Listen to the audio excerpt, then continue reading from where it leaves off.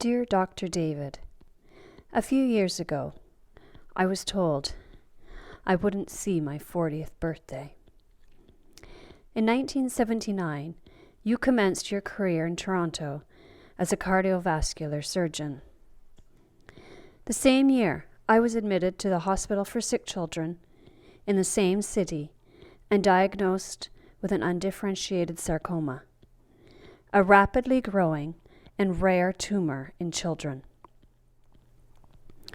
I was a 30-pound, 3-foot, not quite 3-year-old with a tumor the size of a grapefruit. Treatment for pediatric cancer was in the pioneering stages in the late 70s. The doctors treated me very aggressively, hoping I would respond to treatment. After surgery and high-dose radiation therapy, I underwent chemotherapy every 3 weeks for 2 years. While the cancer was cured, radiation-induced damage would leave me permanently scarred, including surviving with only one functioning lung. The doctors predicted that I would be unable to have children, warned about recurring cancer, such as the pre-cancerous cells that developed in my thyroid in my early 20s. Yet they were unclear of the damage that would occur to my heart. My adolescence and early adulthood were a constant struggle. After I married and my husband, John, and I desired to raise a family, I was blessed to be able to conceive, bear, and naturally birth 3 children. However, unknown changes happening to my heart made caring for my growing children increasingly difficult. As my heart slowly weakened, so did my ability to breathe. In 2012, Dr. Eric Yu diagnosed me with severe aortic stenosis.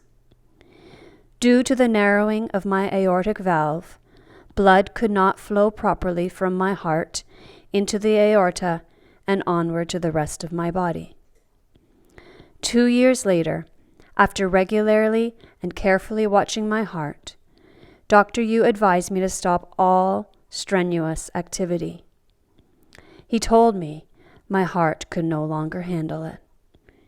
He doubted anyone could do anything further for me, but agreed to discuss my case with his colleagues.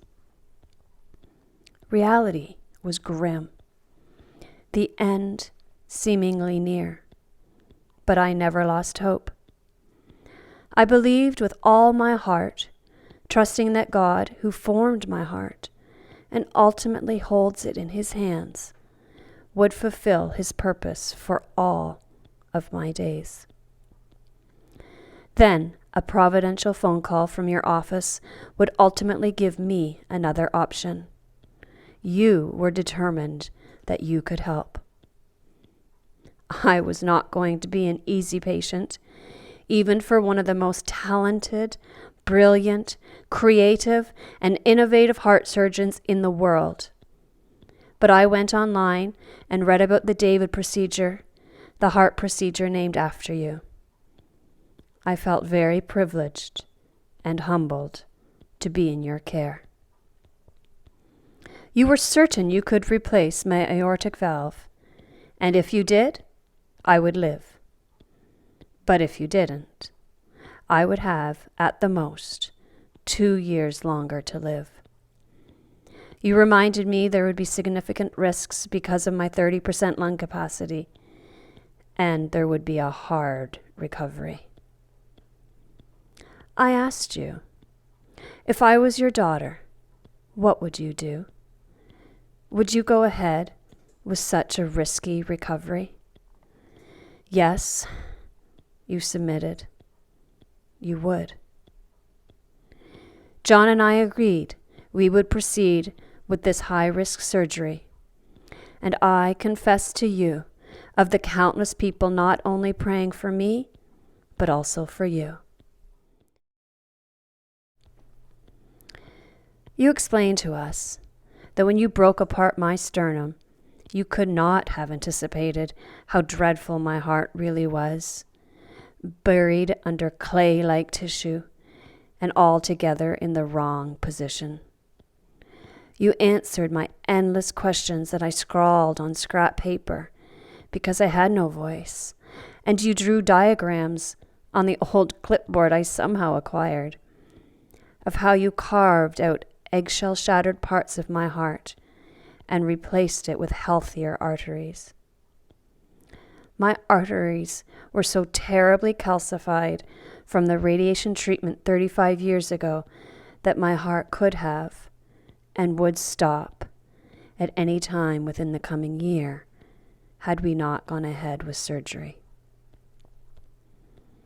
I wonder what you thought when you stood for over 6 hours to replace my aortic valve, repair my arteries, and rebuild my damaged heart, only to see me turn blue at the end of it all when I was lifted off the operating table. Or when my own functioning lung collapsed and developed pneumonia, and I went into respiratory failure, needed to be reintubated, the insertion of a breathing tube into my trachea, and then endured a tracheotomy for a month, and I could not smell, eat, or talk. And finally my phrenic nerve, which originates in the neck and passes down between the lung and heart, and diaphragm, proved to be damaged. This may seem like everyday routine to you, but what a privilege you have to make such a profound impact on so many lives in this world. I am grateful your father pushed you to pursue what has become your passion. Dr. David, you have made an extraordinary difference in my life. You and I have shed tears together over the good things God has done in my life, despite how difficult my life has been from a medical perspective, and how God has blessed me with a husband who has loved me so well in sickness and in health, and 3 miraculous children. I thank God for you and will never forget you.